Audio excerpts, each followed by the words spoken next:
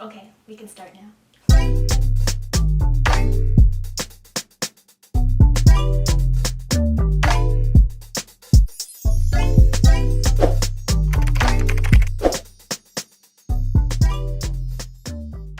Well, hey, it's your girl Patience. I am back with my second video. First of all, can we talk about how embarrassing it is that I put out a video, I think over 2 years ago now. Yeah, over 2 years ago now. And I got myself so hyped when I recorded that video. I was preaching to the choir about living your dreams and following your passion, all that good stuff. Like, your girl was preaching. And where did that go? I basically failed myself, but it's okay. It's better now than never. So I'm gonna get back on track and I'm gonna work on doing this thing and staying consistent. Let's talk about consistency. That was my main word for this year. And I won't lie, it has been a little hard living up to that. But there are some areas in my life that I would say I've been more consistent in, so I haven't fully failed. And I'm gonna keep working on that. This year is not over yet, so I can definitely achieve that. But yeah, I'm gonna keep you updated on that. Let's talk about this year. Like, this has been a weird year. We've been faced with ups and so many downs, and like 2020 is really putting us through it.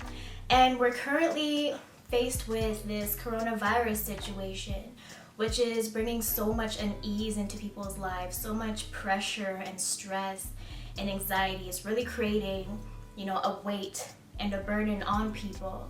And for me personally, when I'm feeling that anxiousness and feeling that stress, I really just hone in on my faith and just pray about it and give it all to God and just trust that He is in full control and that things are going to be okay. But I know that in this time we truly need community and we need to uplift one another in self-isolation, of course. But reaching out and phoning your friends and family, just checking in. Support is really important at this time. And with this time I have at home, I've just been thinking about how it's really up to me on what I do. I either find ways to remain productive and do things that can still bring me closer to my goal, or sit and wait this weird season out until this situation is over. So I took it back to the basics. I sat down, I did some reflection, and I just thought of the ways in which I can remain productive and stay motivated. And I decided that I would just share that. And I know not everything that I do works for everybody, but I really just wanted to share this in hopes that a little piece of it can help you out in some way. Because I know at this time it could be so hard to stay motivated when you're stuck in the house all day. Like, sometimes that's draining, for real. But with that being said, it's not like I'm perfect in that every single day I wake up and I'm feeling motivated and productive. Like, I have my days where I wake up and I don't want to do anything. It's okay to have those days, honestly. I'm not saying we need to be on the go like 24/7. It's okay to have those days where you just want to step back, just be on your own or with loved ones, and just do some self-care and do things that make you happy and bring you back. So the first point that I have is to write my goals down the night before. This list, of course, is specific to you. So at this time, you may be working from home, or there's a creative project that you want to start, hobbies that you want to hone in on, or skills that you want to build. And I find that this helps because when I wake up the next day, I already know what I'm going to be doing. I can wake up and get going versus waking up and then trying to figure out what to do next. And I also like giving myself a timeline. It kind of keeps me in check. So saying I need to get this specific task done between 8 and 10 a.m. and then my second task done between 1 and 3 p.m., whatever it is, it really helps me to have a timeline. I also prioritize. So whatever I think is going to be the hardest and the biggest task to get done is what I try to get done first. I find that I'm most productive in the mornings. So if I have a huge task ahead, like filming a video or something, then I'll work on getting that done in the morning. But yeah, I do prioritize and try to get my bigger tasks done first, and then I move down the list into the smaller things. Next day comes, and this is how I start my mornings. I know it's different for everybody, but I love to start my mornings with prayer and meditating on the word and doing my devotionals, and just throwing on some worship music that really kind of puts me in the right mindset to start my day. And gratitude is a big part of this for me. So I'll typically pull out my journal and really just journal about whatever is on my mind that morning, but I also make sure to add in the things that I am grateful for that day. And I feel like this is something that is so rewarding. Like, it does something to you when you really just think about and list down all the things that you truly are grateful for. It really puts a lot of things into perspective. And in this crazy time that we're facing right now, this has really helped me too, you know, to just sit there and just think that in the midst of all this chaos that's going on, these are the things that I have in my life that I'm currently blessed with and that I'm still grateful for. So yeah, I find that that kind of brings a sense of peace in some way.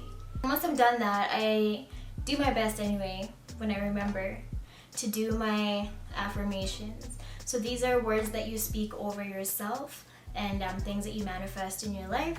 So it could be, you know, things like, I accept all the good things that God is bringing my way. And, you know, I am bold, I am beautiful, I am brilliant, I am successful. You know, and just repeating those things over yourself every day also really does something. You gotta speak it into existence.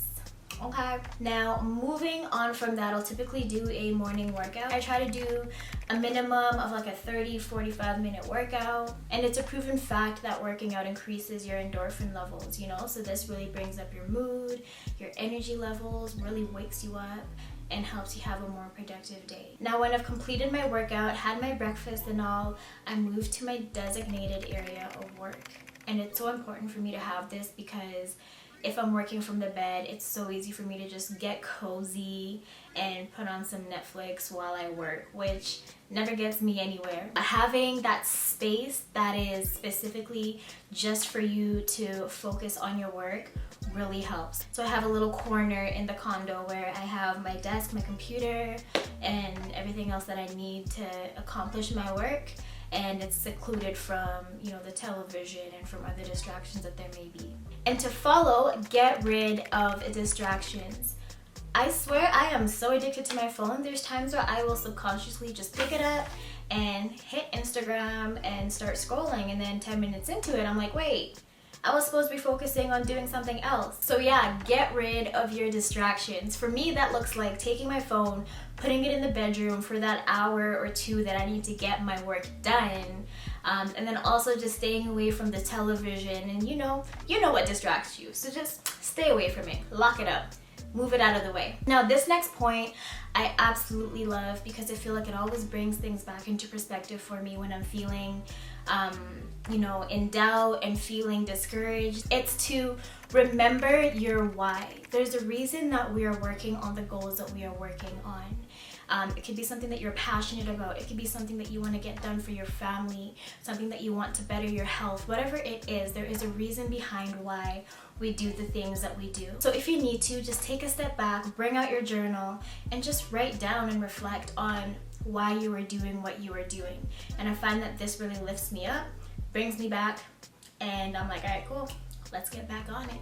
Last but not least, at the end of the day, I like to reflect and look back on the day that I just had and whether I was able to get my goals done. If not, why wasn't I able to get them done, and what can I do differently next time? And then also give yourself some credit for the things that you got done too. But yeah, just assessing and seeing how you can progress moving forward, I think is also a very important part in remaining productive and making progress each and every day. With that being said, that is all that I got. I hope one point at least helps you guys out. Let me know in the comments down below if you have any other pointers that you could help me out with, because you know your girl is trying to build and get better every day. So let me know. I pray that in the midst of all this uncertainty and this craziness and the unknown, that you're able to have people around you that support you, that love you, that are bringing positivity into your life. And continue to have faith that in time we will be okay. Don't forget to like, share, and subscribe. And I appreciate y'all so much. I will be back.